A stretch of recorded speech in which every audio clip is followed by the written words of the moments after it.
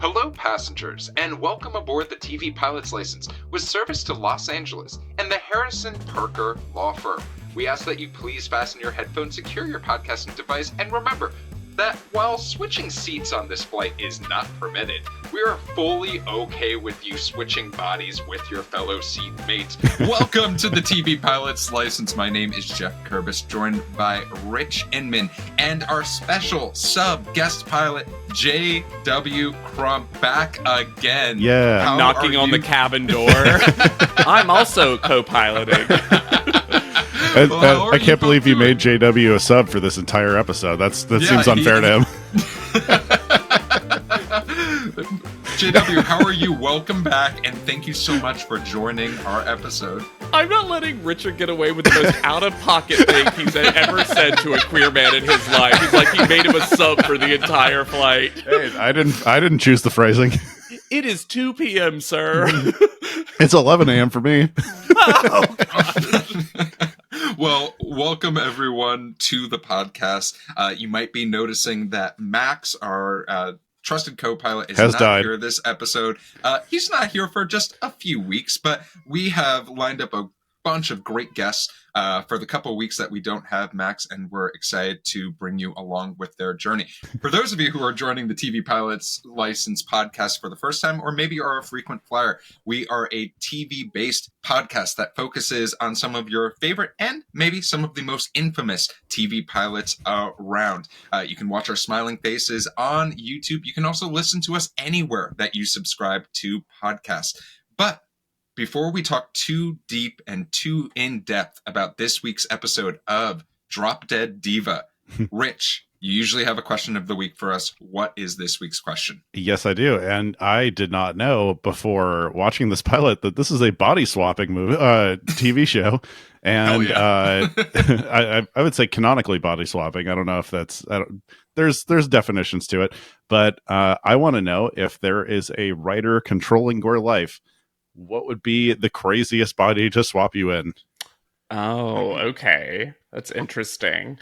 I mean, the premise of the show is basically opposites, right? Mm-hmm. So my mind immediately goes to, like, what would be the most opposite to my current lived experience. So I feel like a writer would want to swap me with, like, a family man. Who, wife, nuclear family, 3 kids, small town. How do I live? How does cool, fancy New York gay JW? Because you wouldn't even have to make me in a straight relationship. It could still be dull, small town gay marriage. Totally. Like, that's fine. The white picket fence gay family. Yeah, and now I'm just small. I don't know why I would be able to reveal that to anybody. It's because that's not a career, I guess. Oh my God. Well, Rich, I was thinking about this and I was like, I went down a similar vein of what is the opposite for me, right? Like, what could I go down as a path to see the other side of the coin and maybe get a good understanding of why they think like that. So I looked up a random city in Texas that has a Baptist church, and I decided I'm going to be a preacher in DeSoto, Texas. Yes, DeSoto, Texas, with a population of 56,145 people in comparison to the Twin Cities of Minnesota. Yes, I think which has 57,000. Yes, exactly. Just a little bit more if you don't include the bears and the moose. So I think that would be what a contrast for me, a Jewish man that has independent, if not left-leaning ideologies going down to Texas. I love that you still pick something where you'd be publicly speaking for a living. Yes, I have to. I can't not. Rich, I'm curious about yourself. I think for me, I wanted to pick something that would be. I am probably the least conspiracy minded person out there. I have like a handful that I believe in, and they all just involve like corporate data stealing, and Are that's you like gonna be RFK? normal. Are you RFK Jr.? RFK Jr. would be, yeah. I guess that would be a better. I would just like put me in like the body of a conspiracy theorist, but I guess RFK Jr. would probably be the right move for that. A weird hobby where you like killing and dismembering animals in their bodies. So, like, congrats, you have a hobby too now. Or maybe you're just an alien. Like, you're the proof of the conspiracy theory. You're in Area 51, and you're like, oh no, get me out of here. The only people who will believe my blog are insane. Well, Rich, thank you so much for your question of the week. Let's talk a little bit more about Drop Dead Diva, and we're going to start off with a quick synopsis. Deb, a vapid aspiring model who dies in a car accident, is reincarnated as Jane, a plus-sized lawyer, which is, I think, almost rude to this show that was that's the synopsis of it. To be fair, that's as blunt as they get in the first 10 minutes of this show. I mean, that's pretty much clear. They just left out that Jane or Deb's trying out for Price is Right, which we'll talk about in depth. But let's talk a little bit about the history of this show. So today we are talking about Drop Dead Diva's creator, Josh Berman. Now, a lot of the times we talk about people working at ad agencies or like they grow up as writers, but not Josh. Josh began his writing career winning a writing contest for NBC in 1998. Okay. Yes, that is correct. He was called the bar mitzvah boy in many writing rooms because of how young he looked. Getting writing Adorable. credits for CSI and Bones and doing such a good job that he actually got elevated to executive producer and consulting producer for both of those shows. Of Bones? So, of TV Bones. pilots, Yeah, TV pilots license alum Wait Bones? till we do CSI and talk about how many episodes there are. So in 2009, Josh was approached about creating a new show and came up with the premise of Drop Dead Diva with a few goals in mind. He wanted to combine the genres of legal drama, fantasy, and comedy, explore the concept of identity and self-worth, challenge the traditional Hollywood beauty standard. And here's the wild one, and this is the one that I like guffawed at, because I read an interview that Josh did with Clemson's newspaper, which I was like, okay, sure. He wanted to pay tribute. They call it Tiger Beat.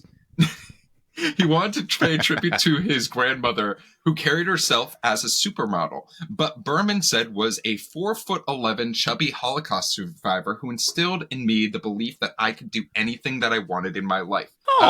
That's so which nice. Is super, super sweet.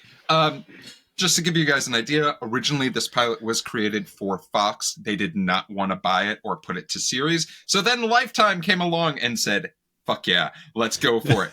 And that brings us to July 12th, 2009, with our first episode, just titled Pilot.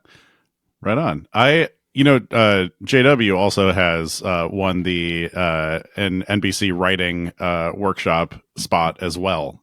So he has something in common with this. Yeah, I'm a regular bar mitzvah boy. You just find JW at every local bar mitzvah in New York. Like, he's just sitting in the back. He's just like, I won an NBC writing competition. And now I have to go to every single one. You're punching up the jokes for the dads like that. Oh, I thought that was your punishment, like Quantum Leap. Let's talk a little bit more about the show. And I feel like we dive in really quick and fast with a traditional Hollywood montage to give us an idea of where we're exactly. And then we meet Deb. And Deb just is sort of like this two-dimensional character. And JW, I'm curious from you, do you like Deb when you first meet her? Or are you just sort of like, I'd say hi and I'd be cutesy with this person? Well, here's the thing. The show will later on propose that Deb is the most neutral human being. Yeah. That she is neither good nor bad in terms of things she does. But what I actually like about the show in general, because the two of you so graciously allowed me to pick what we were talking about, and I use this pilot as an example of a well-written pilot that tells you everything you need to know about the show you're going to get as well as who the characters are. And I think in a very economic amount of time makes everyone more than just a caricature. Like, Deb is presented to be so that's the word they use, shallow, right? They love that word. Like, if this was a children's pool, they're like, fuck yeah, it's shallow. What was the word of the day, kids? Shallow. And that's this woman. I love that they were like, they clearly got told at some point that like, oh, is this like the movie Shallow Hal with Gwyneth Paltrow and Jack Black? And they're like, no, it's nothing like that. But we're going to use that word so many times during this. I'm going to compare this to another movie, and I'm very interested in your thoughts, but JW, continue. Well, what I like is they immediately show that her and Grayson have like a very supportive, nice relationship where like they have this moment where you think she's going to forget what his interview's about, but then she instantly actually remembers every single detail. And I thought that was such a smart moment to be like, no, she does care about his life. She just doesn't understand it. Yeah.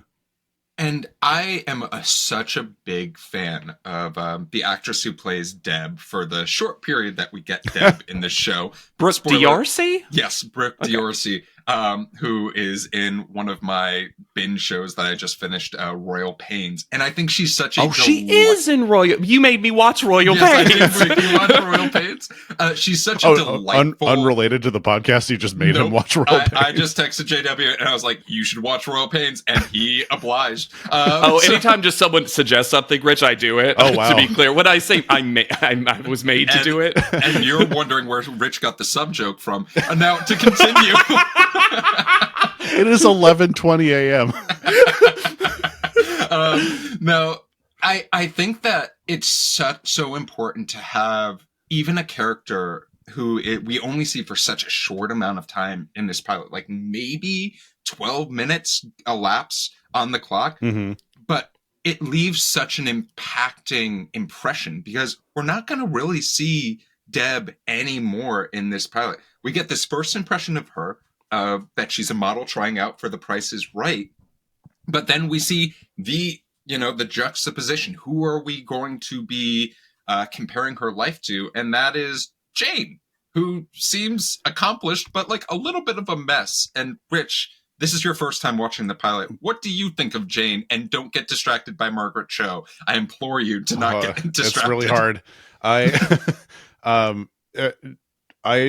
They make Jane look a lot sloppier than she appears to be in like the rest of the pilot.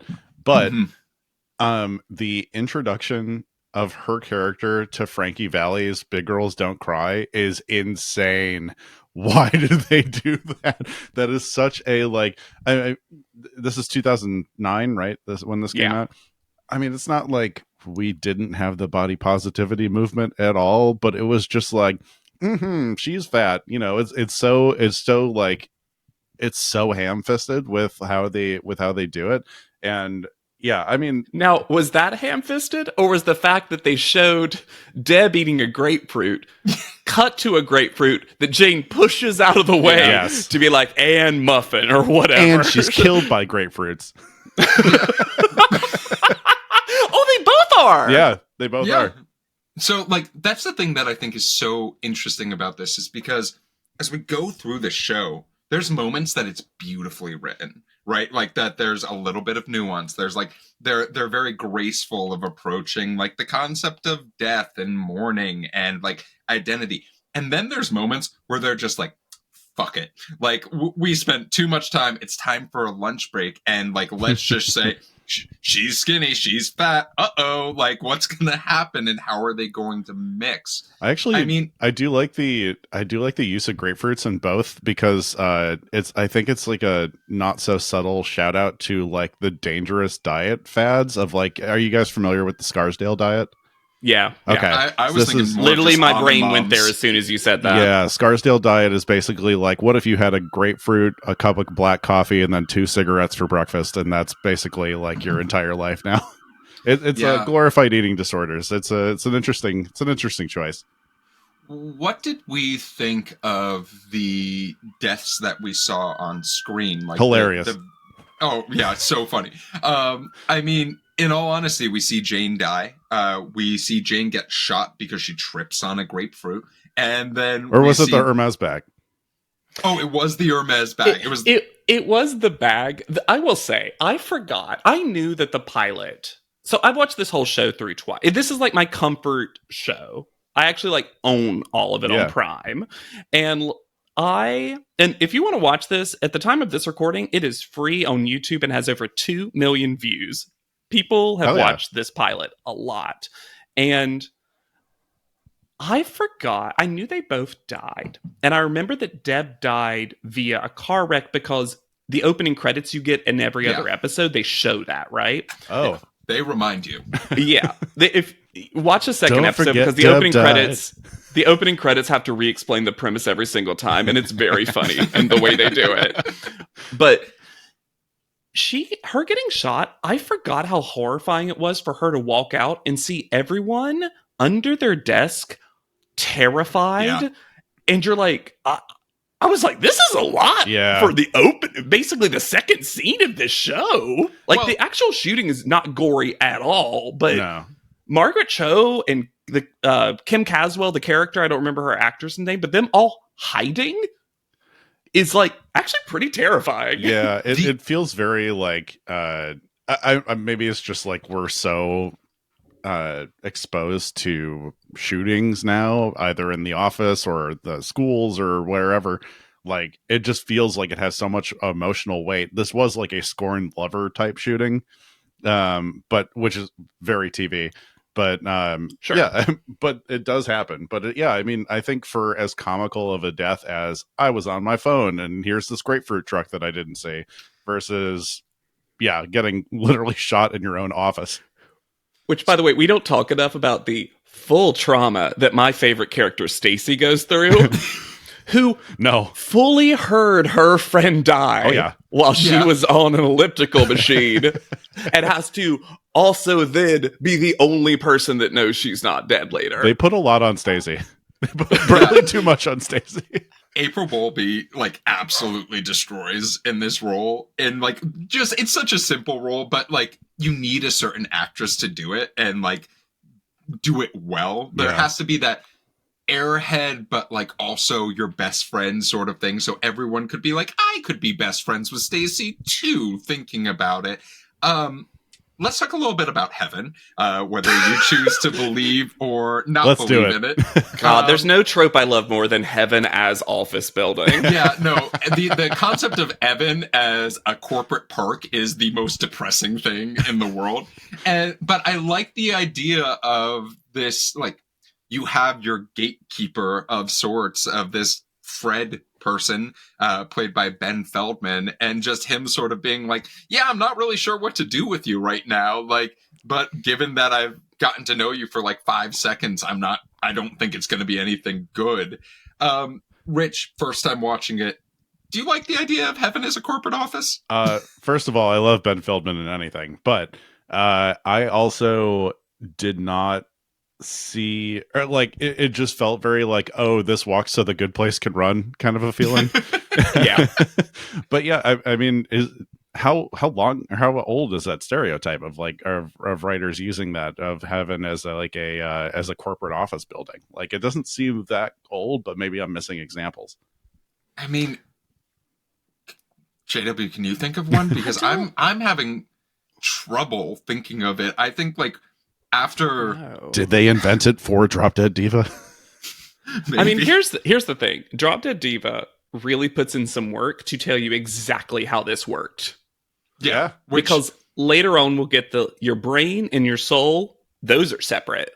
Yeah, which is a wild idea. Like the idea of this of like memories are a part of your soul, but they're not part of your brain. Yeah, which we learn really quickly because like I love an exposition device. I think that an exposition device that's used well is really, really cool. An exposition device that is ham-fisted, or like you're just like, okay, we all understand why we're doing this right now, makes us all sort of want to claw our eyes out. But having it be Fred be this living exposition device for us of like, this is how shit works. And like, you might be confused, but here are the rules of the game. And then we get the additional thing of, spoiler alert for the audience, we get a body swap. Deb no longer exists. Body's in the ground. Deb's soul is now in Jane. And after and how they pressing do the it. return button. How they do it by hitting a easily accidentally hittable key on a keyboard in an office building could possibly send everything into chaos where you're torn out of purgatory and an angel could be sent to heaven. I kind of like that the show wrote it so that it was her decision that made that happen, though. Yeah. It wasn't cosmic mix-up. Right. It was that Deb had the autonomy to be like, no, I don't like anything I'm hearing. I mean, there is a part of me that would love the concept of, like, Fred just accidentally clicking it and just being like, it would have to be on a different network. How do you like, make a new sentence on those computers? But, like, don't worry him about just it. being like, oh, fuck. It's all like, forms. There's no free writing. I just want Fred just, like, literally being like, fuck, and just, like, walking around the office being like, I did it again. I can't believe I did. Third one this week. Like, you'd have to find someone a little less charismatic than Ben Feldman to do it, though. It would have to be like an Urkel type character to do it. That'd be so funny, though. Like, I bet you there was someone who was like, what if Fred fucked up, like, a little bit? And then they were like, no, Deb does this. It's Deb's choice. What do you guys think of the concept of, like, this? It almost seems like a body horror moment when Deb finds herself in Jane's body, and we have somehow the most reflective surfaces I've ever seen in my life. This everywhere. pilot loves a reflective metallic silver surface. They find every way to make the objectively gorgeous Brooke Elliott look as misshapen as possible in all these reflections. It is so... The one later where it's like the top of the meal and his fingers through it is so funny to me. But yeah, I think this is really... This becomes kind of an iconic moment that, again, is always in the opening credits of the Scream zoom in. Oh, yeah. My favorite part of it is that the doctor, to a nurse, explains all of this away. Like, she had flatlined. She was dead. Oh, yeah. The premise is that Deb hopped in a body right when it died. Yeah. Yeah. And basically kept it alive by a soul perfectly timed and being switched. Thank God it was also in the just same neighborhood. Sometimes it happens. Thanks, Doc. And also he's like, are you a friend? And Ben Feldman's like, no. He's like, okay. She just got shot, but I'm going to let a full-ass stranger in her room. It feels like a Facebook post written by like a 70-year-old, like, of just like, he was on death's doorstep and miraculously his heart started beating and said, I won't give up. And the idea that they would just let then said person who just flatlined, like, out of the hospital without, like, a few days, like, literally her body was cold and then it's fresh and then she's like, gotta go back into the office. To which, like, go for it, Rich. Take some time off. Good God. You don't have to immediately go to work. This She's a lawyer, Rich. She has 2 cases she has to do. We have to talk about Josh Stamberg, who plays Jay Parker in this, because he has the most unhinged line I've ever heard in my entire fucking life. Let me just say, right before you say this line, because I'm glad both of you seem to be appreciating in the same way I do. You're Fox. How do you look at this pilot and this cast and not say, no matter how the rest of the show plays out, this is the most winning cast? Yeah. The casting director, I hope, won some sort of award for this show because everyone is perfect for their role. They really did nail it. And also, like, I hate Parker, but I'm also like, I get why you'd sleep with him. Like, it's the perfect bad boss. Sure, but, absolutely. like, our first introduction to Parker is him just sort of dumbly looking at a shooter being like, oh, I didn't know. Like, like we're supposed to believe that's a big whoops on Parker. Sorry. But then his employee gets shot. Everyone should be like a mess. And then he looks Jade straight dead in the eye and says, next time I'll make sure to check. before I sleep with them, which is insane. Your employee just got shot because of you just sleeping with everyone, and you're just like, I'll do some due diligence next time. Promise. Okay, back to work. So glad Parker's potential assailant only brought one bullet and the smallest gun that you could possibly purchase. Oh my God. Which, it was like the little pea shooter thing, and they clearly like also like if I accidentally shoot one person and the other person who I intend to kill is right there, maybe about 7 feet over from them, not hiding at all, I feel like I'm still going for it. Also, let's say right now too, because I think I also like Brooke Elliott in Sweet Magnolias, which is our current show on Netflix. I think there will never be a more impressive acting role to me than her as Deb as Jane. Yeah, right. It's because wild. there's a difference immediately in how she's portraying this character. And it is fascinating to rewatch the pilot and realize that I wonder if those two actresses had to like get together and be like, let's figure out some mannerisms that we're both gonna have. I like to imagine that they were just like, let's go to Palm Springs for the weekend. Yeah. Like, let's hang out. We're gonna share one of those cute little motel rooms, and we're gonna just learn everything about each other. I'm gonna see how you like eat a quiche, and I'm gonna learn everything about you based off of that. It was like I was listening to some interview of like it was like an old like voice actor who did like the early like Looney Tunes stuff with Mel Blanc, and he's like, the craziest thing that I've ever seen is Mel Blanc doing his impression of doing Bugs, but doing Bugs as an impression of Daffy Duck, and then doing Daffy Duck doing an impression of Bugs, because it's like, how on earth this is exactly what I felt like having Brooke that blows that I couldn't even follow that, even though I know what you're saying. So the wildest part is like that we've been talking about the show for like 20 minutes. That was all the cold open. And then we're suddenly now in like a legal drama where someone is mourning the death of their like previous body while also watching people react to them dying.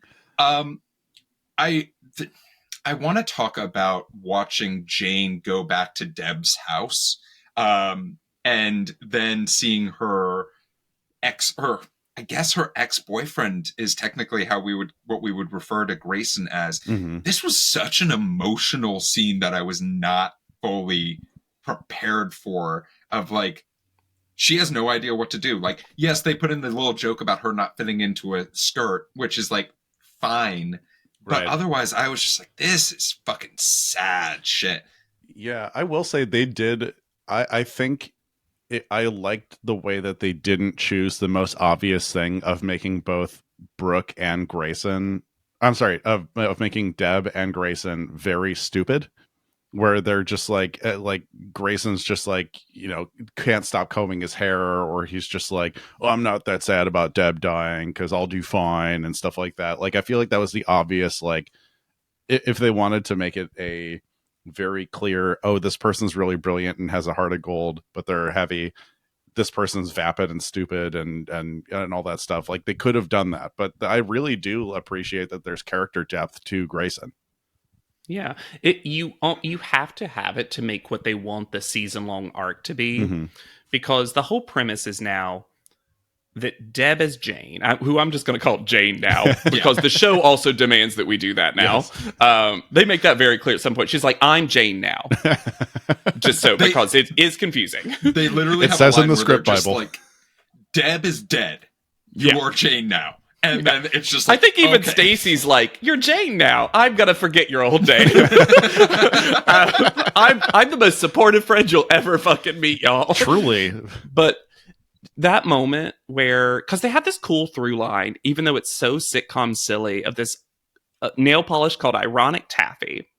And it's this symbol of old Deb, right? Yeah. Oh, okay. And I love that they had to write a scene that's technically impossible, which is you're watching someone grieve you, a thing that literally no one will experience. Yeah.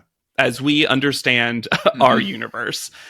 And then she knocks over the nail polish and somehow flees out the window very quickly without being heard. Graceful motherfucker. You never stop modeling, baby.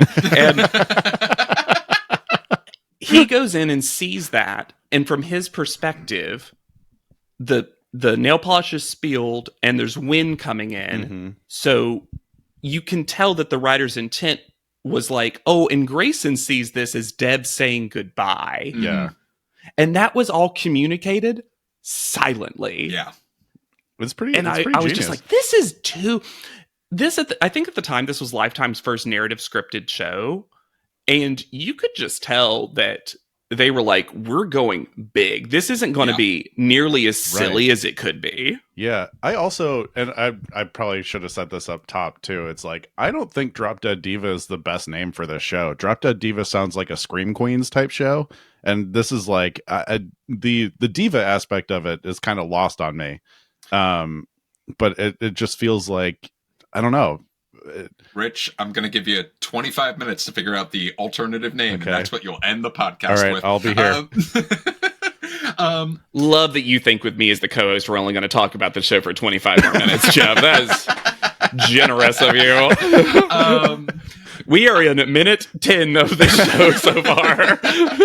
So when this show transitions into being a legal drama comedy-esque show, and now it's Ally McBeal. Yeah, now honestly, it is Ally McBeal with Margaret Cho as the plucky assistant that, like, I think this show, I'm going to say this, does not work without Margaret Cho. I think Margaret Cho is exactly what this show needs to be able to have that little bit of comedy when things get a little bit too serious. Like when we see Jane having a mental breakdown and Margaret Cho is just like, cheese whiz the bitch. And then it's just like...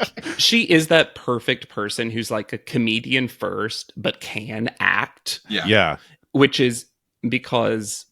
the show begins this trope later in seasons where there's always one case a season that's very directly related to her character, and she really gets to do some acting chops every season. But I love that the Jane character takes no time to warm up to her. Literally, her first thing is like, well, I did always want an assistant. And then boom, they're friends. And you don't have to go through that's why I think this is a very successful pilot. You don't have to go through all the hubbub of... would Jane / Deb interact with these people? It's no, like, she interacts with her because she's nice to her. Yeah, definitely. I also, I kind of almost didn't understand their workplace dynamic for a moment. Like, because Margaret Cho's character doesn't necessarily feel like an assistant, but they kind of force her into that role. I know they needed someone to be on Jane's team in the office because everyone else is like, kind of like silently or very or very purposefully out to get her, I guess. Like, you know, the main partner of the firm being like, you know, even though this person has clearly worked for them for quite a long time, being like, well, you gotta nail this or you're gonna be out of here, and like stuff like that. It's like a truly toxic work environment for everyone but Margaret Cho's character. So this is in big notes. I have my one thing, and I said I was going to compare this to another movie, and this is when I compare it to another movie. We get our first case, we get our second case. Our first case is no, it's not Jumanji, unfortunately. And if it was going to be any Jumanji, it's The Rock's Jumanji. Let's just be clear. Sure. But the our first case is a man who's suing a pharmaceutical company because his wife passed. Basically, his partner died because, supposedly, of a drug. At least that's what the court case was about. And the second one was a prenup case about a woman who did not have confidence to leave her husband and get what she was owed. This is where I compare it to a movie.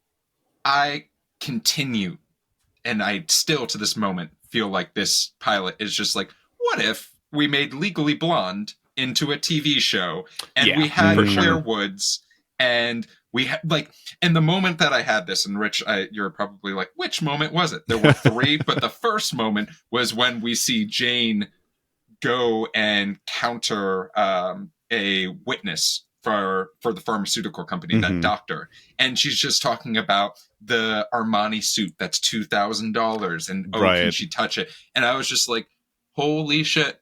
We just looked at Reese Witherspoon's performance and we were like, what if we made this a little bit different, but very funny, and like also just let Brooke Elliott be the most charming human being in the world. Right. And I was like, I'm in, but we need to give a little bit of credit where credit's due.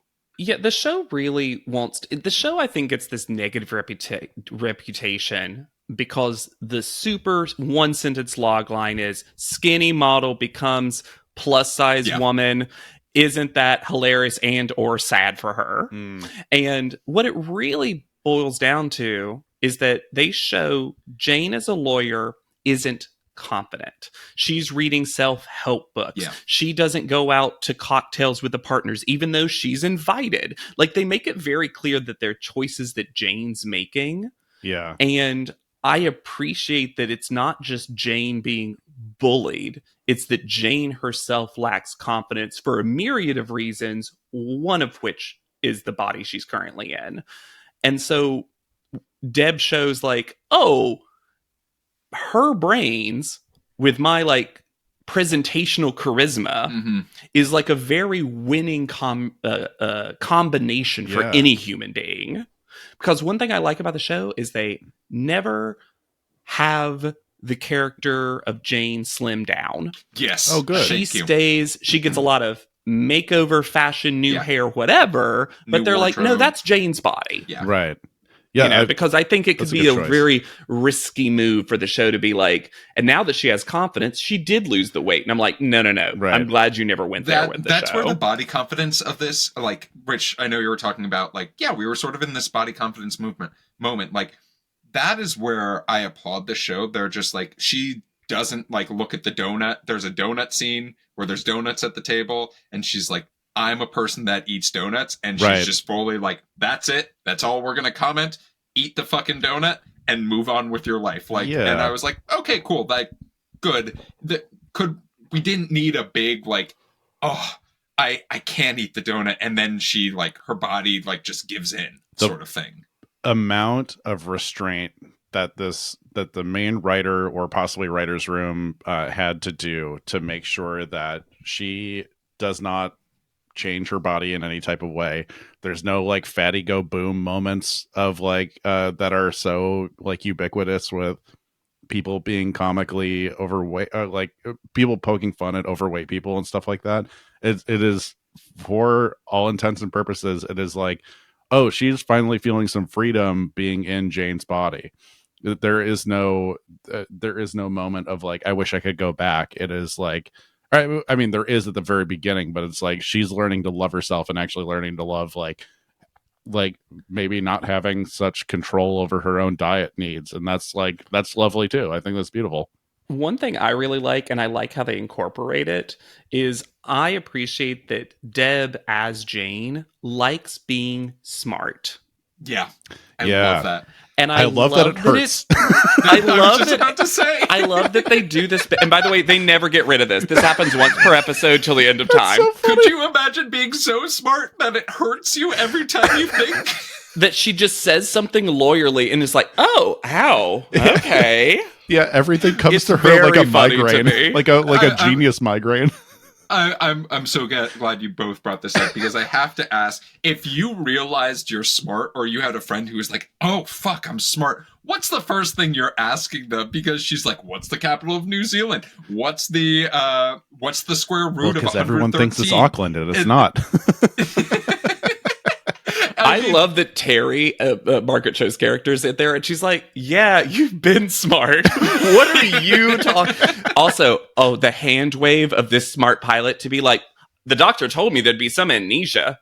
Oh, yeah. We got rid of every problem we'll ever have with her not knowing Jane's history. A beautiful one act dry erase marker. You talked about Ben Feldman as exposition, but I posit that Margaret Cho came in to explain the rules of how the rest of the series is going to go. Oh, God.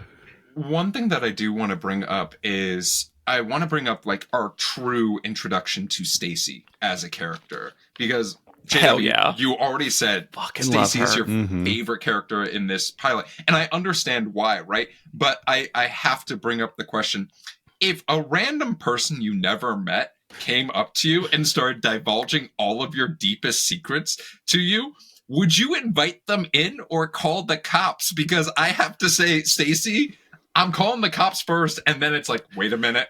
Like, but I think that's it's why I like Stacey, and it's not as much in the pilot. I got to be very careful about not remembering how Stacey evolves. Right. But you were talking about earlier, Rich, that it'd be so easy to make Grayson this vapid himbo who actually he didn't love her at all or whatever. It'd be so easy to make him into Ken from the Barbie movie. Yeah. It'd have been so even easier to make Stacey the most paper thin character. Yes. Of just like model dumb. And you see that the nicest thing about Stacey is radically kind to everyone. Yeah. To everyone. When later on, it's skipping ahead, but when she just comes to help random woman, that was so she's sweet. like, I brought a dress and we're all going to do this, girls. I'm just like, that is so, it's nice to crystallize her as a kind person. She's like pragmatic, which I find very funny because the conversation they have on the couch is one of my favorite moments. It's like the most problematic and the funniest at the same time. But yeah, I think that it encapsulates, because most of us would call the cops, but Stacey's like wants to believe so bad that Deb's not gone that she's like, that's enough proof for me. It's so important that they give, like, you know, if there's going to be a dichotomy of like of the skinny world and fat world, the skinny world, it's so important that they gave these characters dimension, because like Stacey is such a crucial part of this, and the look that she gives Jane at the funeral is so sweet and so touching, of just like it's a very funny moment. Like, you're at your own funeral. No. Did you know that? Have you ever read Huckleberry Finn? I also love that Jane just tells her. Yeah. We don't have to do that. One of the things I hate about shows like this, and I'm going to make a wild comparison of a show I didn't even watch in real time. So Wizards of Waverly Place. Oh, wow. Stay with me. Okay. Holy shit. The whole point is that family's secretly wizards, right? Selena Gomez, secretly wizard. She has best friend, a character's name I don't remember, Harper. She has Harper. And it's like season 2 where she finally reveals it. And then the show really gets to start in earnest. I'm glad the show didn't do that thing where like, and now it's also hidden from Stacey for a full season until we finally tell Stacey. Right. It's so much better to just, she has someone to talk to about it. We told her instantly. Stacey's only more in depth for 4 hours. So I think it's super interesting you bring that up, JW, because you can't do that with 2 people, right? We already have we find out that Grayson is going to work at that law firm. It would be way too much to be like, oh, I have to keep it from them, and I have to keep it from them, and I have nobody to talk through my trauma with. I assume Deb has family. No? Who knows? I will tell you about the future of this show. It gets wild. But there's something that I want to bring up. And like we've talked about a lot of characters, and it seems like there's a lot of people that are for Deb or / Jane based off of how we're talking about this. Right. But we have to have... There's one who's not. There's one person who is just straight up a bitch. And this show says brunettes can be evil too.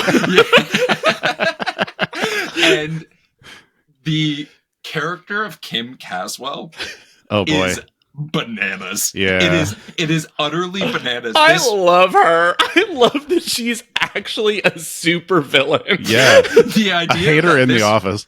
This woman comes in. We learn about her because she's like, oh, I got this Hermes ostrich skin bag, like, and I'm just like, that's an ugly bag, and I don't even I don't even have opinions on most of these burnt things. Orange. Yeah, who the fuck do you think you are? But then for this woman to try to fuck over Jane so much that they might lose the case. Yeah, that's she's crazy. Just like, you know what? Multi-million-dollar case, but you know what? Let's see if Jane just fucks up, just for like my joy and a few giggles for me. That's a Suits moment. Holy shit! Right. I was just like, this is bananas. And I can't wait to see how Kim fucks with Jane every single episode. Right. And again, I think that moment shows you a multi-layered version of who she is. She is evil, but she's very good at what she does. Yeah. Because she cares more about making partner than winning an individual case. And I think she even has a line where she's like, I was playing chess. I was 2 moves ahead. You're fine. And I was like, that is so specific, because she could have just been like, and I hate Jane because I hate fatties. Right. It's not that. She hates Jane because Jane's good at her job. Yeah. It's interesting that we show her as such a strong-willed, like, oh, I'm super good at my job, without any flaws, because it does then invite us for future episodes of being like, what really drives Kim? Why is she such a terrible person to Jane? Like, there's got to be more than just like, I want to be partner. There's got to be that what makes you truly tick. How many magic headaches can we put Deb through before she figures out what Kim's passion and drive is? But that is like, I mean, if we're talking like pilot rules too, like you want to see people being good at their job rule is very much in effect here. And you like, especially in law shows. I feel like law shows and doctor shows are like the two. You're like, everyone has to be a superhero. It's really fun to see a villain be good at their job though too. Like it's it's different, because normally when we see like, oh, that's the bad guy, it's like, oh, they're sort of an idiot. But like to see Kim be great at something is really fun. This brings me to our last case. Can I say something about that case though? My favorite moment, you talked about the Legally Blonde moment. Yeah. When she has this acting moment where she's delivering her line of questioning that Kim ends up messing up. But before, she's like, that's noted in my brief, which I wrote. And you have this one jury member who's like, get it, girl. I think that's so fun. I love how much she loves being smart. Yeah. It's super fun. It's super refreshing. Let's talk about our last case. This prenup, where the prenup said this woman caught her husband cheating on her, but if they don't go to court, she only gets $100,000, even though there's an indemnity clause within the case. I gotta give a shout out to Susan Walters and Lyndon Ashby, who play this estranged couple, because they are actually married in real life. Whoa, and they what? just do shows together That's as fun. Couples. Like, so he's they've so been mean on to this. her. Yeah, no, like this is definitely how. You can tell they role played this later. Yeah, that foot was shaking for a different reason. Hey, it's now noon. But this was a really nice thing as like far as a case for a pilot. This is a nice one about like embracing confidence and identity. And like Susan Walters is empirically gorgeous, like gorgeous human being where you're just like, oh yeah, they just like let her spend 5 more minutes in makeup and then she's Susan Walters. And you're like, yeah, I get it. Like everyone in the room is like, I get it. Do you think as a makeup artist, it's more fun to beautify someone or to ugly them up? Oh, that's such. I feel like it's more fun to ugly them up. Just like I think it's probably called on less for what you do for TV like this, so that's probably just more interesting for you. I think the person whose job it is in Deadpool to put a bunch of like ugly scars on Ryan Reynolds is like, I think that has to be very fun. I've been in a couple of horror movies and I've always had some kind of wound applied, and the special effects makeup artists seem to love what they do because they get to be very creative in there. It's like, it's painting, it's art, you know? Absolutely. And sculpting. Yeah, truly. And this is like when we get the moment though, where like, to me, I get it from a pilot perspective. It's kind of my only big critique of the pilot. Interesting. Is that this one case felt a little on the nose. Mm-hmm. It felt like any writer would have written the first case to be like, dour woman gets makeover and that solves the case. Yep. I think they handled it well, but like my brain didn't remember this case until I watched the pilot again because it's so disposable. Right. So I would agree with you, because there's a moment at the end of this case that I have written down where Susan Walters, she finds her self-confidence and she's like, you know what? Fuck that guy. I deserve half of his money. And then she goes to Jane and she's said, shoulder back, show off the rack. And I was just like, you could have said anything. You could have like, we didn't need this tagline because like, well, that was the second time we heard it because that was the tip she got. Yeah, that was the tip she got, but we didn't need her to say it. Like, we could have just seen her, you know, there's something about doing and not, like, showing and not telling, right? Mm-hmm. For, like, pilots, we could have seen her, you know, done the shoulders back, done, like, improved her posture, and been like, fuck yeah. Jane's lesson hit hard, and the pilot was really worried we wouldn't get that this was Deb's advice. Yeah, right? You know what I mean? Because they do. The whole thing is originally she was going to audition for Price is Right, which I love the specificity, Mm-hmm. and she was showing off her walk, and she teaches this character the walk as well. And Stacy, my favorite moment is Parker just finds Stacy in the lobby. He's like, "She's here for you." I mean, that really is sort of the end of this pilot. We find out that, guess what?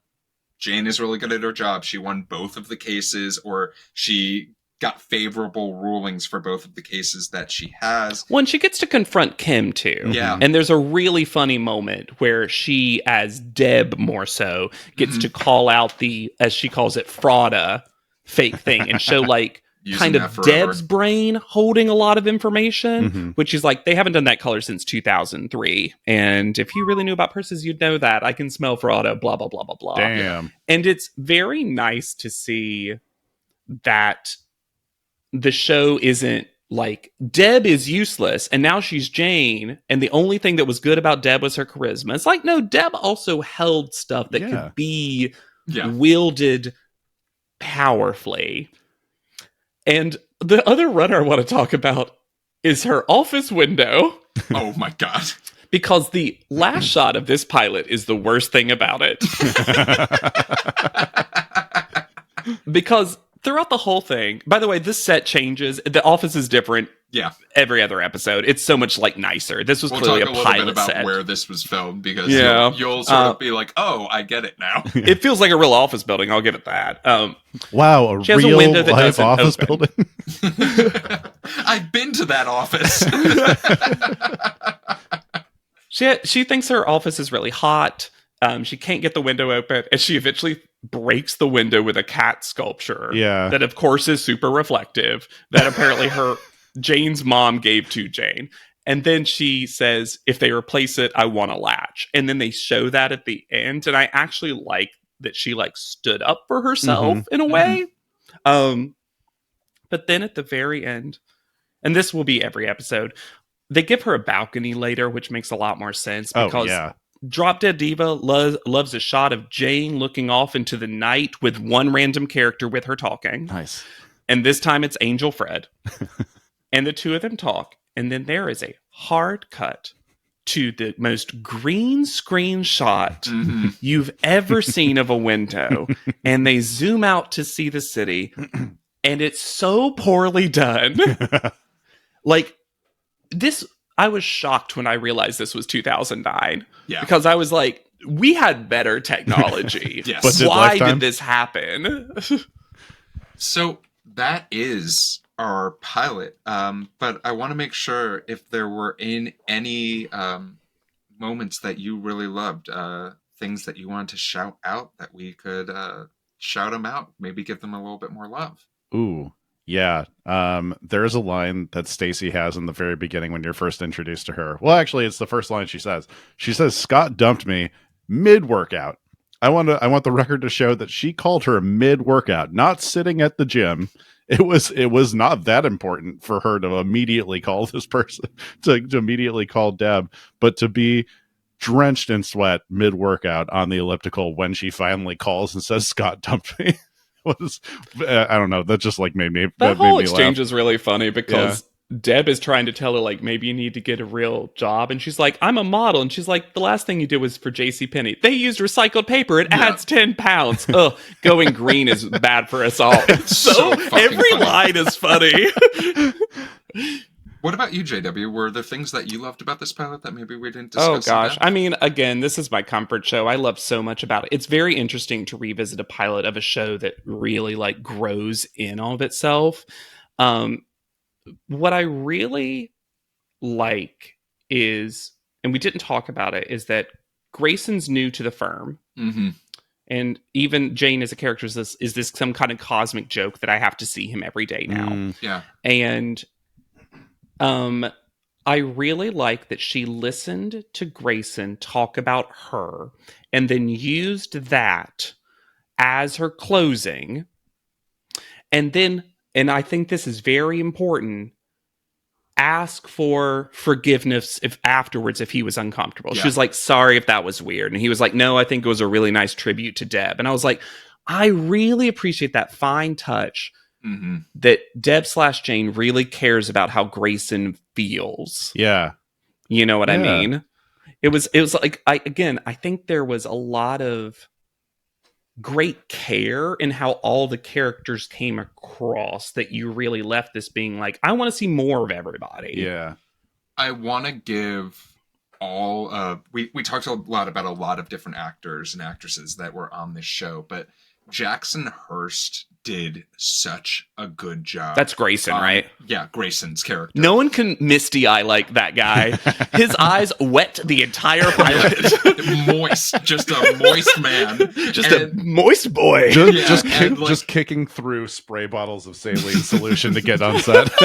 But like, think about the range of emotions he had to show in this pilot, and he nailed every single one. We started off horny, and then we ended horny, but in between we showed a lot of different things that I was just like, you know what, this dude, fuck yeah, I can't wait to see what he does with this character. I know, but I can't wait to see if I was just watching the pilot in this instance. I do have one more, actually. Yeah, go for it, Rich. The insanity of the Frankie Valli Big Girls Don't Cry to then the Fergie Big Girls Don't Cry is perfect. I really love that. Oh, that's the ending credits. That's the ending credits. With my weird green screen window. Yes. There, yeah. Yeah, and it was set to like, I thought that was a very good this character has shown growth, like a song choice, but like that was like a beautiful choice. Didn't she shout out liking Fergie earlier as Deb? I she think said so. Yeah. Oh no, she loves that Jane has a Porsche, Christina. and she was like, Terry, get me Colby Calais, get me Fergie, get me Taylor, I think maybe. It was Brittany. Get me Brittany. Brittany. Yeah. Let's talk about wait a minute moments, things that caused you pause. Was there anything about this pilot that maybe you want to discuss and maybe gave you that moment of, oh, I'm not sure about this, or maybe just let's not and rewrite this moment? I'll say that, and again, I will say part of this is knowledge of the season. I don't think I would have liked it anyway, but they try to set up that Kim's going to try to go after Grayson. Yeah. It's one short scene. She's just flirty. She's kind of just symbolic of hot woman at that moment. The two of them as characters date for a couple of episodes, and then the writers hand wave that away. Yeah. Because it's just not interesting. It feels very much like a pilot plot line that just doesn't make sense for either of those characters. And I'm glad that doesn't stay. But in the pilot, I had that moment where I was like, why was Kim flirting with? Oh, right. That's like a plot line that gets dropped hard. Yeah, because you don't necessarily need a second like reason that Kim feels like an adversary to Jane. I guess, yeah, it's like it kind of feels like, oh, of course he meets Kim, the one person that she's supposed to hate in this entire show. It just seemed kind of out of character. A character that we've only learned cares about becoming the best lawyer partner ever. Yeah. I just don't think the character's written to be that man hungry. Yeah. Definitely. And later on, they write that away because she's not. Yeah. Her whole deal is being extremely independent.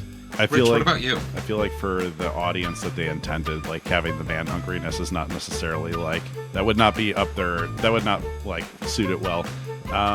For me, I think for the last half of this pilot, in the back of my head, I was like, where is Jane's soul? Where because they don't do any job of they don't explain They it explore all. that later. Later I had a hunch. seasons. I had a hunch because that was like I'm sure that's in big letters on the writer's room whiteboard and stuff. Where is Jane? Is like Yeah. But for me, for the pilot, I was just like left wondering that, and I figured as much that they would get back to that in great detail. But yeah, Well, that's all I had. I love that you guys had such thoughtful things because mine is going to be very dumb. Don't tell me we're going to see Price is Right and then not show me Price is Right. I wanted Drew Carey. Here's my little thing. I love the grapefruit touch. It's great. Don't be distracted drive. Also great. Good message. Good PSA. I would have killed. I'm going to do my small little moment. And this is over the top, but it's Lifetime. I would have killed. Jane makes it to the Price is Right stage. She's doing her tryout.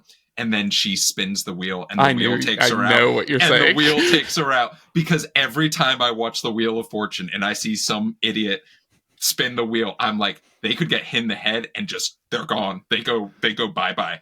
And like, But the bottles don't spin the wheel, Jeff. You know what? They let Jeff, her, you said Wheel of Fortune, which is even funnier because then now I'm also imagining just every wheel is so dangerous in Jeff's head. He's like, where are the OSHA people keeping our wheels safe? No, I want to see Price is Right. The wheel on Price is Right gets spun and her get hit in the head, and then it's just like low key hysterical. Like low key. I wonder if they had to pay for the rights to show, because they really showed a clip of Price is Right. Yeah, they showed a decently long clip of this it. show must have had a little bit of a budget because, as Rich pointed out, we had multiple real recognizable songs. Absolutely. We're actually going to talk about the budget being a big issue of why this show got canceled and not canceled and canceled again not canceled. I think that Price is Right moment, like in the very beginning, I was like, oh, I see why JW loves this. JW's a huge game show fan, but also I did look up what Price is Right models make because, as she says, it's not a gig, it's a career. It is $50K to $100K per year, depending on tenure, which is like, that's solid. That's a salary. That is. Do you know how much the Dallas Cowboy cheerleaders make? They get $8 a Not game bad. and a ham sandwich. Like, it is like, You know another little detail that I like? When she's still Deb, she mentions that Lanisha is the model. That was a real model. Yeah. Lanisha Cole. No I was way. like, they're just actually naming that real model. What a fun actual cool. detail. Josh I love that. Berman loved Price is Right and still loves Price is Right. That's part of the lore. he did the work. We have one more question. It is an in-flight question, and our in-flight question comes from John on Instagram. In Drop Dead Diva, Deb goes from being a model to being a lawyer with a photographic memory. Give me your pitch for the worst body switch for career success. So I want you to pitch me someone who has switched bodies, but they are purely not set up for greatness. And I'll just give an example just to start off. I want someone who runs a vegan bakery to get switched into a kosher deli. Oh my God. Owner. I want that very badly. I think it would be very, very funny because there are some transferable skills, but there's going to be a horror and nightmare of like having to be with the butcher and like watching a cow get torn apart limb for limb, or maybe a pig, or whatever animal you'd like to imagine. Rich, I'm gonna go to you. What are you imagining? I immediately thought of, I don't know why I immediately thought of this, but I want to see Charles Barkley swapped with Neil deGrasse Tyson. Sure. I am positive Charles Barkley could turn it around, but there's just the way he talks would just like, that would throw a wrench into everything he said. That sweet man. I also thought of a Travis and Taylor body swap. I think that would be very funny. I think that would be. Taylor has the cardio, so I think she'd do fine on the field. She gets hit, it might be a different. You got to remember trouble. The plays. There's so many plays. Travis doesn't remember the plays ever. JW, what about yourself? Ooh, I feel like maybe this is ageist, but I mean, we're talking about Drop Dead Diva, so maybe I need to like lower my expectations for how clever my body swap could be. I just like the idea of like Midwestern mom in her 40s and 50s swapping bodies with a young TikTok star who's like 21. Like, what's it? I'm just pitching 30 going on 13 or whatever, Yes. I guess, to be fair, which is just another body swap movie. But I think Freaky Friday is one of our smartest body swap things. I think it kind of like it has become a verb. You got Freaky Friday. It's just what a body swap is.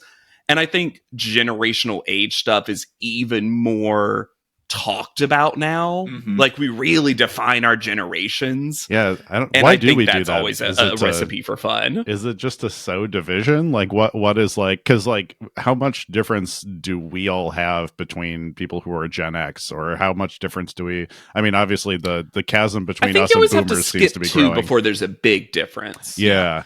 That's what the substance taught me. Well, I'm glad you learned something, Geoff. Well, we'll talk a little bit more about how to submit in-flight questions at the end of the episode, but let's talk a little bit about the history of this show. 6 seasons, 78 episodes, all of which were on Lifetime. You can find this show on a myriad of different sources, but if you want to watch the pilot and get a taste, you can check it out on YouTube. You may be like, Geoff, I don't think I'm going to participate in this show when I tell you that everyone you could ever think of probably had a guest star stint on this show. Yes, I am looking at the people who were on it, and if I told you Paula Abdul has an episode on this show, yes, a recurring guest, Paula Abdul. yes, she does. Then Known for her acting. You're gonna have a fun time, as well as Brandy is on this show for a few episodes, and Kim Kardashian. Like, she's Parker's girlfriend or something.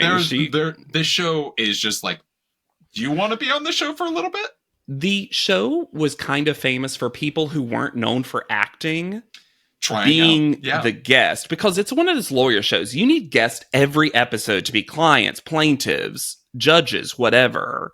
And so, but they had Kathy Griffin, they had like Kim Kardashian, and again, usually multiple episodes. Good for them. I'm trying to think, is this the first Lifetime show that we've done, Geoff? I feel like we did one show that had like a second life on Lifetime. Oh, God. Oh, yes, we did. We did that reality show about the Bachelorette. What was it? Oh, God. Unreal. Unreal. Yeah, Unreal had a second sure. on Good Lifetime. Good show. So as far as the show goes, JW's been nodding to it. This show was originally canceled after 4 seasons. And basically they said, hey, the show Which ain't bad. No, that's not all. bad. They said after the 4th season, the show is done. Yeah. Because people liked it so much. And keep in mind, Lifetime Network, that season, it averaged 2.76 million viewers per episode, which for Lifetime is insane. That does seem really high. The producers of the show sort of used that number and then went back to Lifetime and were like, what if we cut the budget of this show a little bit so that we can be more affordable? Because it's obviously a viewing cash cow for the network at that time.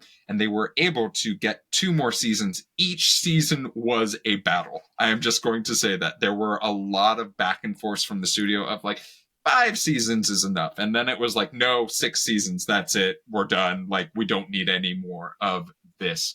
I do need to mention that there were 2 successful reboots of this show. One in South Korea and one with Sony Pictures Television in Latin America. Okay. In 2021, there was an attempt by CBS to make Drop Dead Dave, which was a body swap of a man who would get switched into a woman's body who also happened to be a lawyer.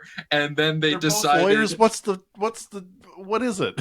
Because they just wanted it from a gender perspective instead. Okay. Yeah. But, and you could tell that they thought they were going to do something, and I'm so glad. JW found this. He has the file on his computer. No, you could just tell, but people were like, this seems... We talked a lot about how this show feels very of what we were talking about at the time. Yeah. Drop Dead Dave, I was like, that feels archaic. Mm-hmm. Like, did someone just learn that trans people exist? Right, what are you talking about? Right. That is so wild to me that they were like, let's do... That's like a 1950s comedian joke. What if the lady and the man switched? I was like, that came on after like Three's Company or something like that. That is an archaic sitcom premise. Literally, Yeah. we had Bosom Buddies, and I sort of point to that as like, can you believe that was a show at one point, and now Tom Hanks is like our greatest actor in the United States? I Like, actually don't know the plot of Bosom Buddies at all. Do you not, No, Richard? I've never seen it. Here's the best thing about Bosom Buddies is that's how we got Family Matters. yes, Okay. it is. Because the mom on Family Matters was a character on Bosom Buddies, and she was so popular they spun it off to Family Matters to follow her life. Wow. Okay. Yeah. Before it is. became I like that. Urkel. Yeah. And It birthed Bosom Urkel. Buddies was about two dudes, who dressed from head to toe like women, heavy finger quotes, the most cartoonish versions of women's, because that was the only way they could get a job and or live where they lived. Yes, correct. What? So maybe we'll As do the that precursor to RuPaul's Drag Race. if Bosom you put Buddies. it in the comments, maybe we'll find Bosom Buddies and do that pilot for the show. That's crazy. Now, I will say, as far as punny titles go, top tier. Yeah, the that's- plot of that is so bad. That But does Bosom make me Buddies is laugh. very funny to me.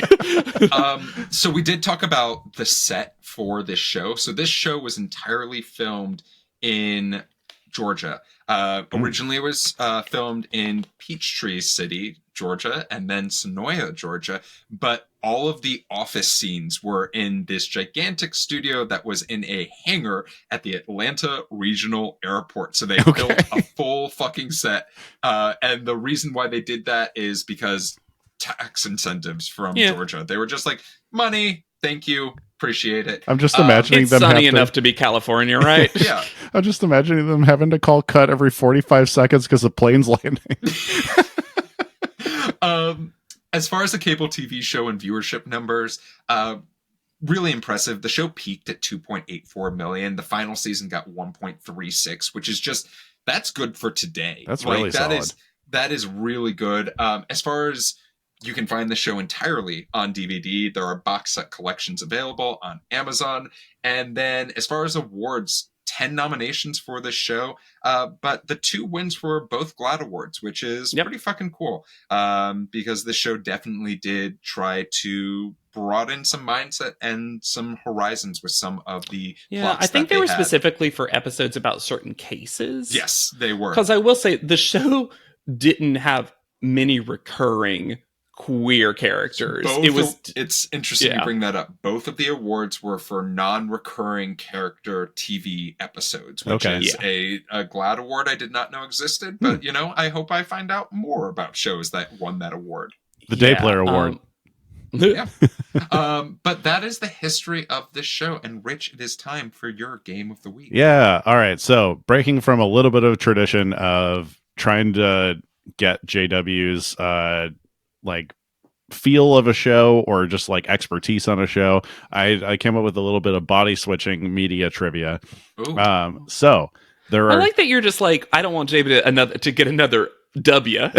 So I was just like, I'm gonna have a bad believe time me, today, and that's okay. You correctly guessing all of the songs from JEM within a 10-second clip of them is still one of my favorite moments that we've recorded on this show. Thank you. And everyone should go back and listen to the episode on JEM with JW. What a weird trilogy I created for y'all. Jim and the Holograms, Nick Arcade, and Drop Dead Diva.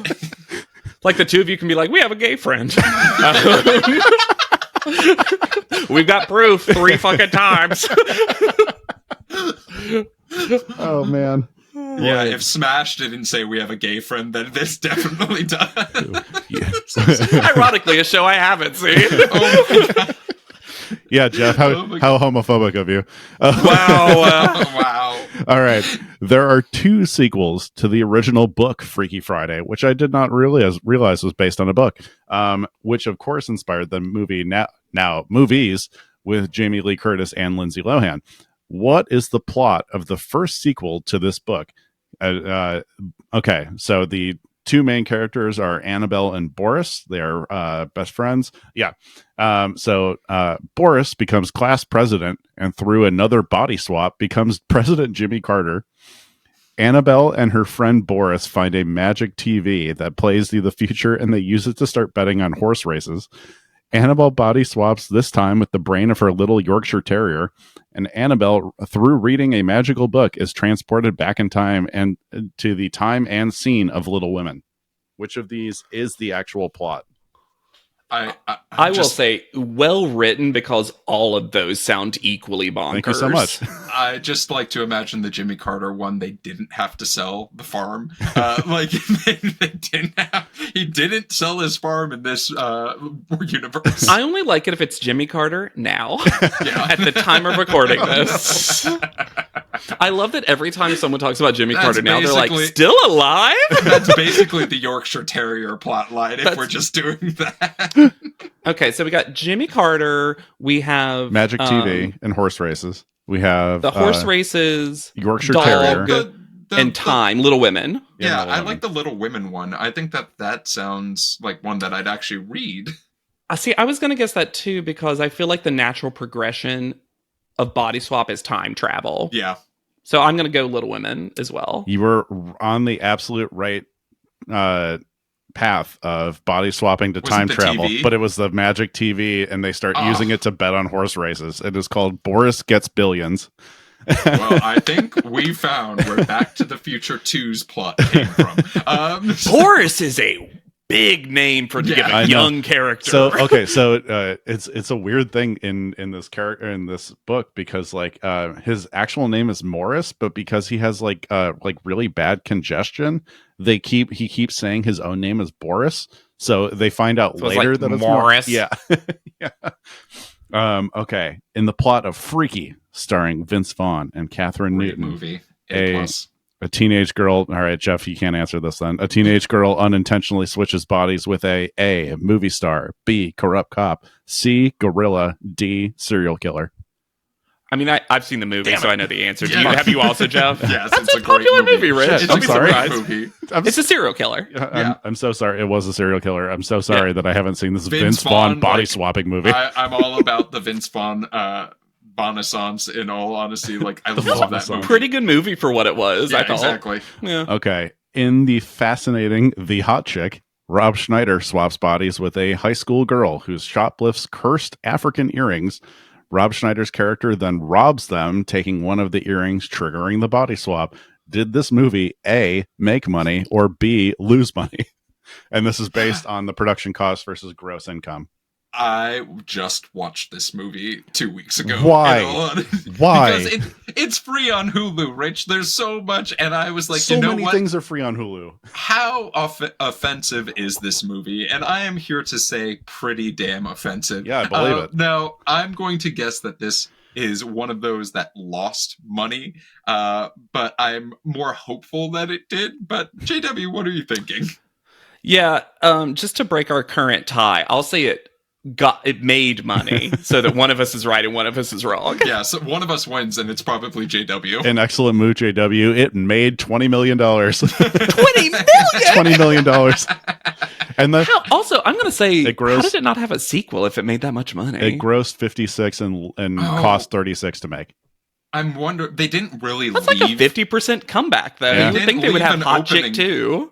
For a sequel, but I think like right after that, Grandma's Boy came out, which was like, oh, talk about a movie that was just a straight dude movie that was great. The last pilot the end of year pilot I just covered, which was American Born Chinese. The creator, Kelvin Yu, is a minor character in Grandma's Boy. I can't believe that came up twice. Oh my gosh. Well, Rich, thank you so much for your game of the week.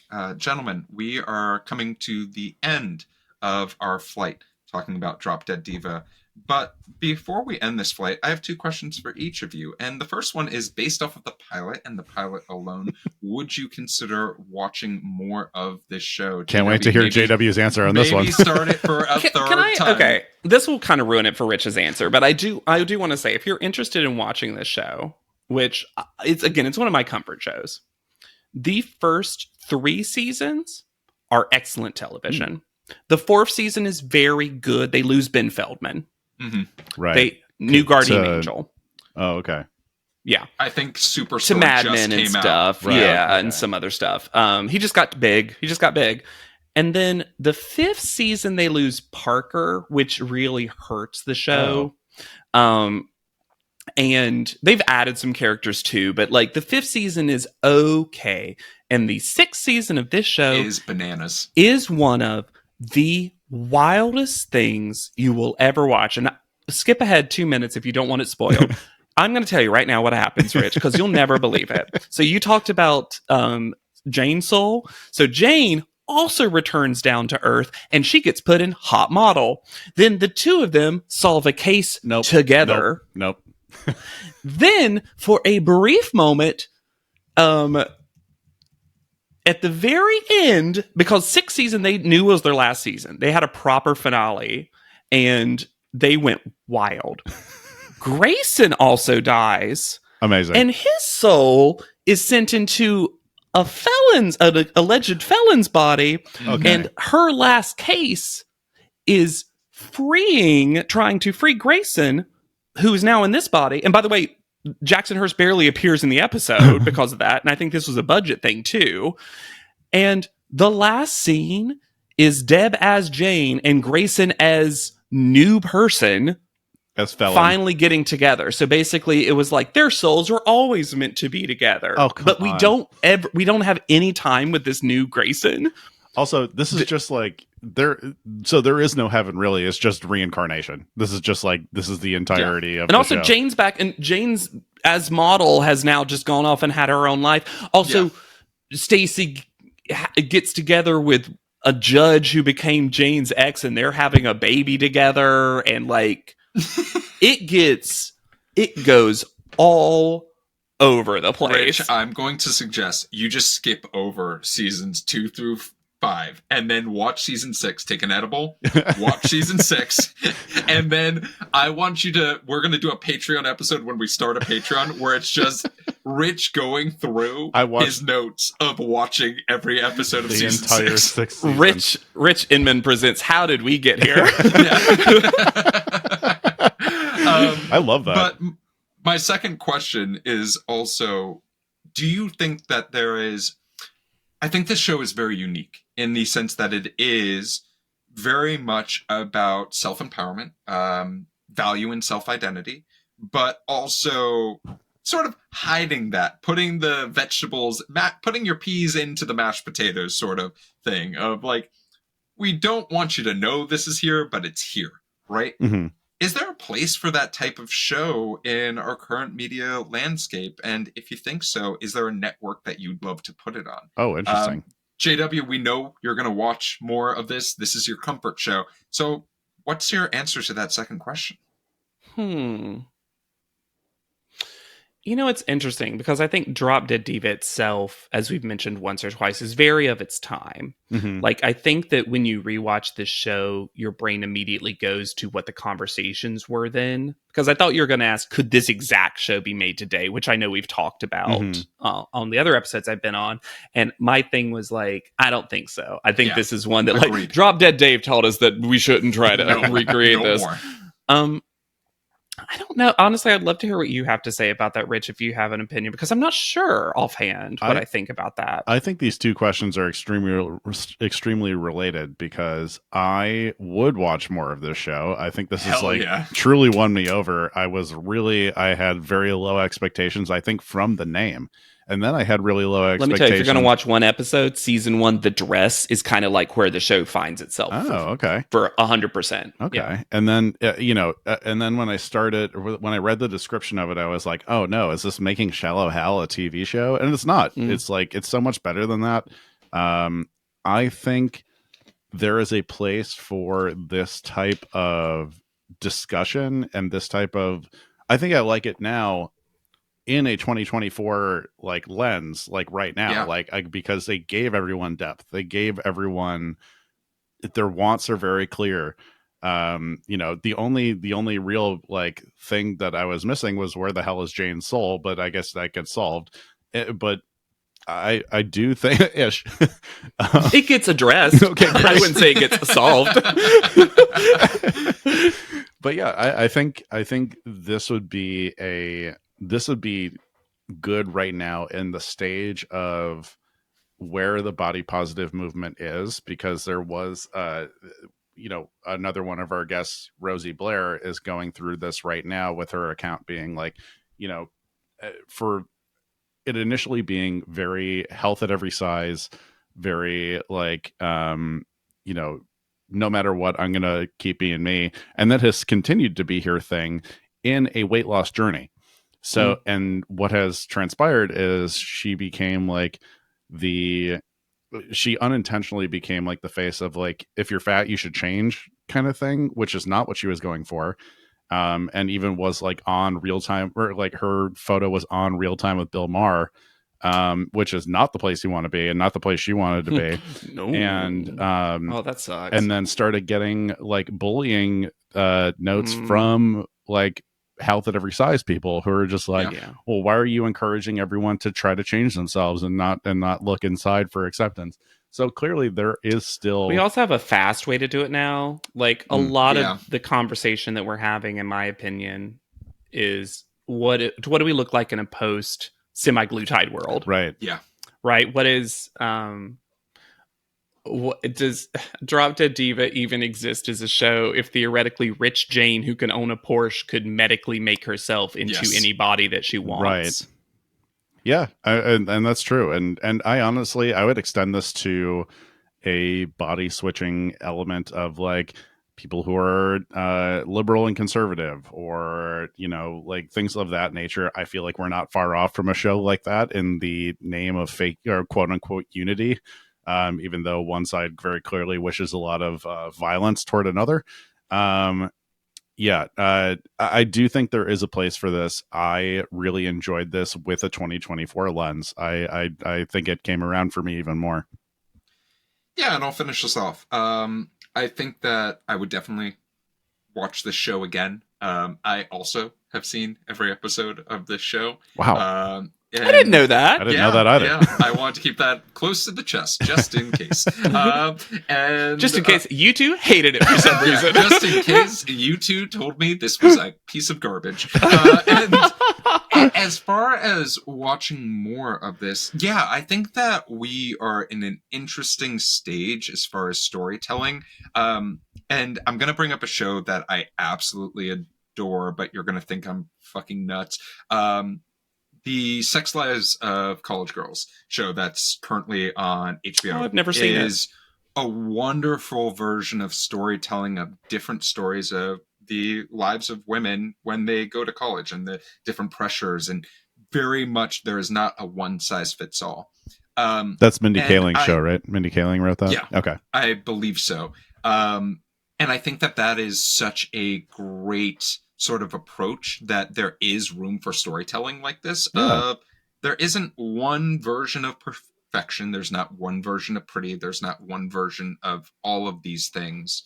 Let's open up the door to a little bit more storytelling, self-identity in various different forms, and acceptance. As far as network, it's sort of tough. I don't see this being on any major network right now. There's just too much stuff going on right now where I'm like, no one's gonna buy into this. But no one's really making anything right now. I mean, to be fair, that's kind of what happened to it the first go round. Yeah, exactly. Fox said no thank you. And I would love to see this on a Netflix or a Hulu.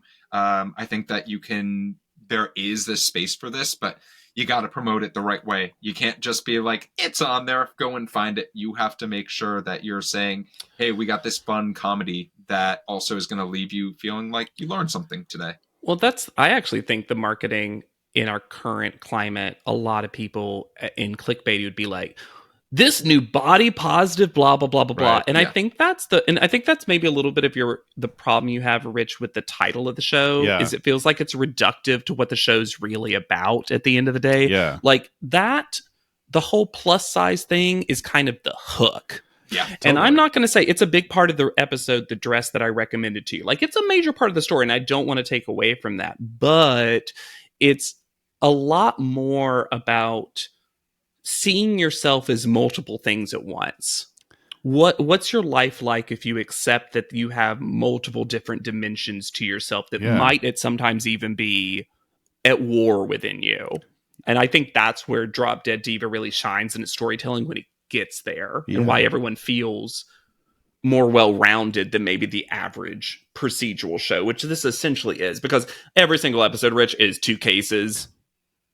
Always. It's always 2 cases, and you get half the lawyers doing one and half the lawyers doing the other. It's definitely got that like procedural feel to it. You still need that some semblance of a formula, because if it's just about identity, it could go literally anywhere.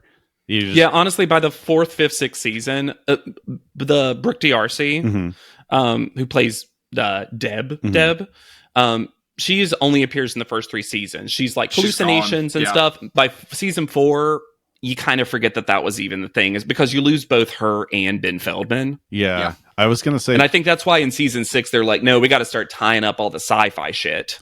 There is something the riches out there are going to tell us, where's Jane's soul? Where is Jane? Where is she?